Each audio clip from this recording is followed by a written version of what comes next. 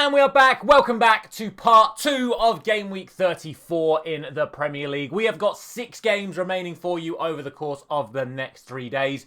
After what's probably been the most controversial weekend of officiating in the Premier League so far. So much so that I think tomorrow morning I'm going to put out a special video talking about my opinions on the state of the officiating in English football right now, because quite frankly, I think we need an absolute overhaul. So more on that in tomorrow morning's video. Make sure you are subscribed to the channel so you don't miss out on that. But like I said, we have got 6 more games to round off Game Week 34 in the Premier League for you. So before we get into it, if you haven't done so already, please do consider dropping a like on this video if you do enjoy these predictions series. Without any further ado, let's get into those final 6 matches in Game Week 34. And we start off with tomorrow night's game. It's a massive game between Arsenal and Chelsea. Arsenal bouncing back from last week's disappointments with a good 2-0 win against Wolves. Chelsea, after what had been a very good week for them, rounded it off with that incredibly controversial defeat to Manchester City in the FA Cup semi-final. And again, more on that in tomorrow morning's video. But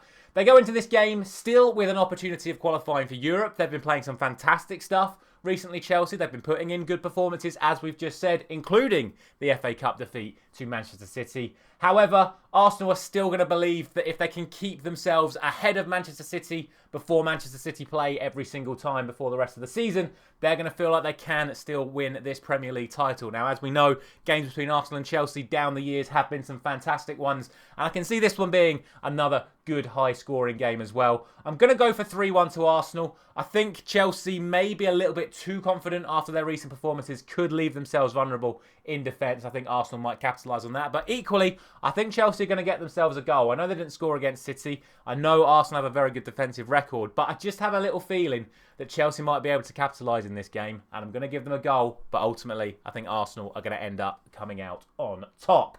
On to Wednesday, where we have 4 games taking place on Wednesday night. Starting off with a slightly earlier kickoff between Wolves and Bournemouth. Now, for me, this really is a nothing game. Wolves and Bournemouth both find themselves very safe in the Premier League table, but realistically don't find themselves in a position where they can now challenge for a European place.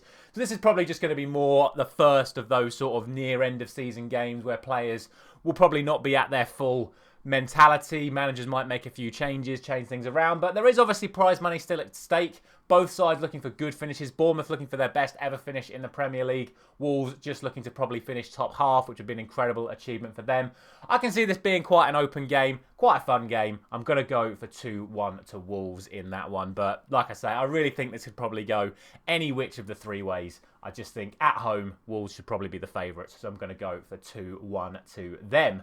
On to the 8 o'clock kickoffs. We have 3 8 o'clock kickoffs on Wednesday, and we start with Crystal Palace and Newcastle. 2 sides that are well in form right now. We spoke about Crystal Palace a lot over the last few weeks, about Glasner's system, and obviously Newcastle are playing very well as well. Isak on fire, chasing down that golden boot, and Newcastle now, of course, chasing potentially even a Champions League position if they can continue to keep winning these matches. However, I have to look at Crystal Palace right now. I see Elise and Eze fit, playing in an even further advanced role than they have been when it was under Roy Hodgson, and Mateta scoring every single week as well. And I really think Crystal Palace are going to take this one. Some of their attacking style of play is really, really good right now. And Newcastle are still vulnerable defensively. Yes, they are scoring goals, but they are very vulnerable at the back. This could be one of the highest scoring games of the season. I'm going to go for a conservative 3-2 to Crystal Palace. But honestly, I could see this one being a 4-3, 5-4, whichever way you want, and to either side as well. I think this is going to be a really good game. But I just have a little feeling that the way Palace are playing at the moment, they're going to come out edging it 3-2. That then brings us to the biggest Merseyside derby in a long, long time. It is Everton taking on Liverpool at Goodison Park. Everton with 2 wins in their last 2 home games and 2 clean sheets as well, albeit under incredibly controversial circumstances again, as we'll get to tomorrow. Liverpool, of course, finally bouncing back with a good win against Fulham yesterday. So they're going to be looking to build on that. And like I said about Arsenal, will look to put themselves above Manchester City before Manchester City play on Thursday.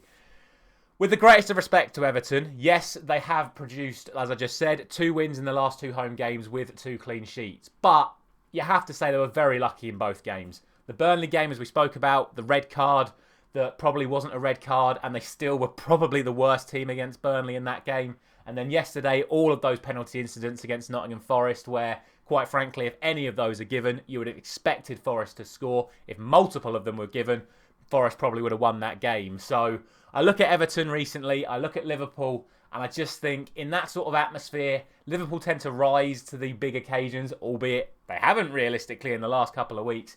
I still think quality will show out in the end. I'm going to go for 2-0 to Liverpool. Finally, on Wednesday, we have Manchester United and Sheffield United. And I said in my reaction yesterday, if you missed it, make sure to check it out, available in the top corner of your screen. Manchester United's next two games are at home to Sheffield United and at home to Burnley.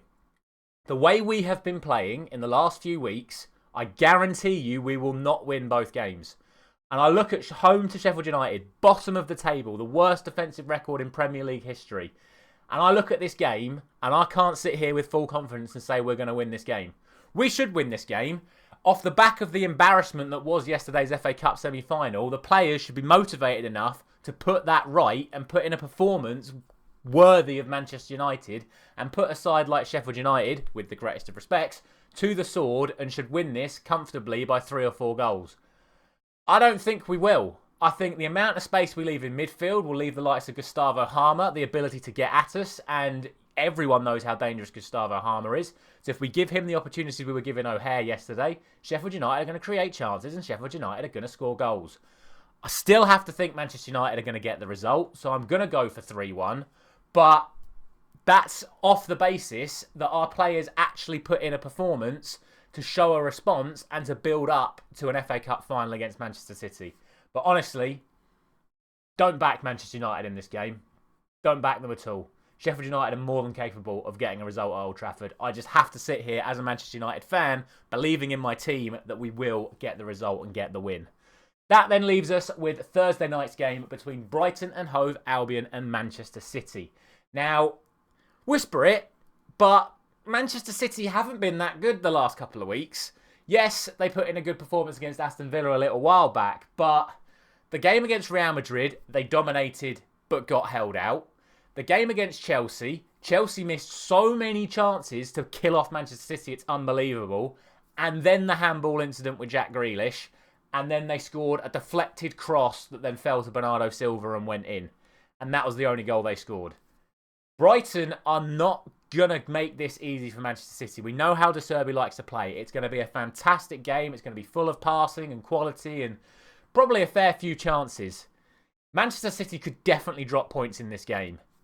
However, it's the title running and it's Manchester City. So I'm going to go for 2-1 to City. But watch this space. I really think Brighton could pull off a result in this one. Let me know all your thoughts down in the comment section. We have still got a very fascinating few days to come in the Premier League. And like I say, keep a lookout for tomorrow morning's video regarding the state of officiating in the Premier League. Thank you very much for watching. As always, I will see you tomorrow morning.